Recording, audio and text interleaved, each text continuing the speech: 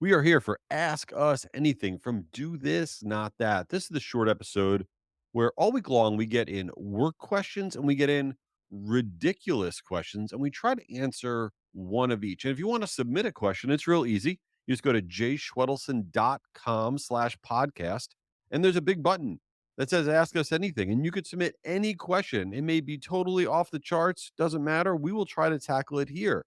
So first, let's get into the word question. We got a question in from Dallas from St. Louis. Well, that's totally confusing.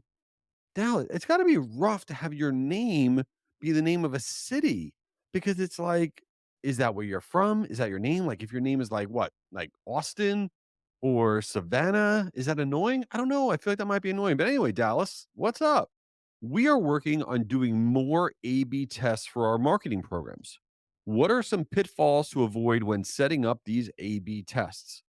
A/B tests are everything. So, first off, if you don't know what an A/B test is, they're also called split testing. But basically, an A/B test is comparing two versions of something to figure out the better performing variation, right? So, if you're going to send out an email with two different subject lines, you have an A subject line and a B subject line. You want to know which one's going to get more people to open it up. So that way you can then use that moving forward. That is an A/B test. So, what are some pitfalls? And there are a lot of pitfalls to avoid when setting up an A/B test. The first one that I would think about is, and marketers make this mistake, you want to make sure that your A/B test, that the two versions are different enough. Sometimes when you set up your A/B test, and let's say it was a subject line test for that matter, right? And you change, one word in the subject line, that's not really enough. You want to make sure that the tests are different enough so that way the results of the test are going to result in a very different outcome. And then you'll have something that you can then move forward with. I get asked all the time, since I do talk a lot about email, I get asked all the time, what is the minimum quantity that you should do a split test, a 50-50 test on if you're doing an email of some kind with 50% getting version A, 50% getting version B? I like to have a minimum of 5,000 names in total, no less than 2,500 names in each group when you do your test, because otherwise you're going to get statistically irrelevant information. Some other pitfalls I would think about is know what you're going to do with the outcome of the test before you run the test. So many times we'll run an A/B test, okay, and then you'll have a winner. Doesn't matter, not just email. It could be a social media post. It could be a direct mail program. It could be anything. Okay, you run this A/B test, and then you actually have a winner. Okay, one did a lot better than the other, and then you sit back like, well, now what do we do? No, that can't be the plan. You need to have a plan that says, okay, once we establish the winner, we're going to do this with the winner. So think about knowing what the outcome may or may not be, and then saying what you're going to do next. I think the number one pitfall when anybody does A/B testing is not leaving rollout potential. So let's say you were doing an email campaign. Okay, so I want to do this A/B test, see what does the best, right? For these two different versions of the email you're going to send out. And you go through your database and you try to come up with a segment of your database where you're going to run this test. Say, great, I got 11,000 names to run this test. We're going to run 5,500 names here and 5,500 names there. See which creative does better. Okay, great. You send it out and version A crushes it. Here's the problem, you have nobody else to send it out to.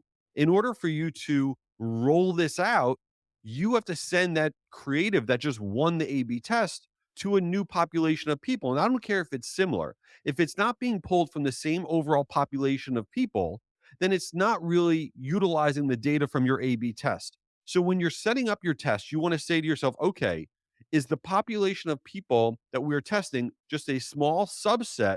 So that way, if we do have a winner, we can then roll out. There's nothing worse than running a test, having a clear winner, and then having no way to scale that test. That is an epic waste of time and an epic waste of money, in my opinion. Okay, before we get into the ridiculous question, I want to let you know that this podcast is sponsored by Marigold. Marigold is my email sending platform. They are amazing. I send out billions of emails, and they have a new piece of content that you got to download. It is called The 7 Tips to Reduce Spam Complaints. That's a big deal. That's important. And part of it, it says, how can you determine which contact lists you need to sunset, which ones you need to put off to the side and archive? If you want to get this free piece of content, the 7 tips to reduce spam complaints, which is a great piece of content, all you got to do is go to jayschwedelson.com/marigold. That's my full name, jayschwedelson.com/marigold. And you could download the 7 tips to reduce spam complaints. Marigold is awesome. Check them out. All right, let's get into the ridiculous question. We got a question from Sarah from Springfield, Illinois.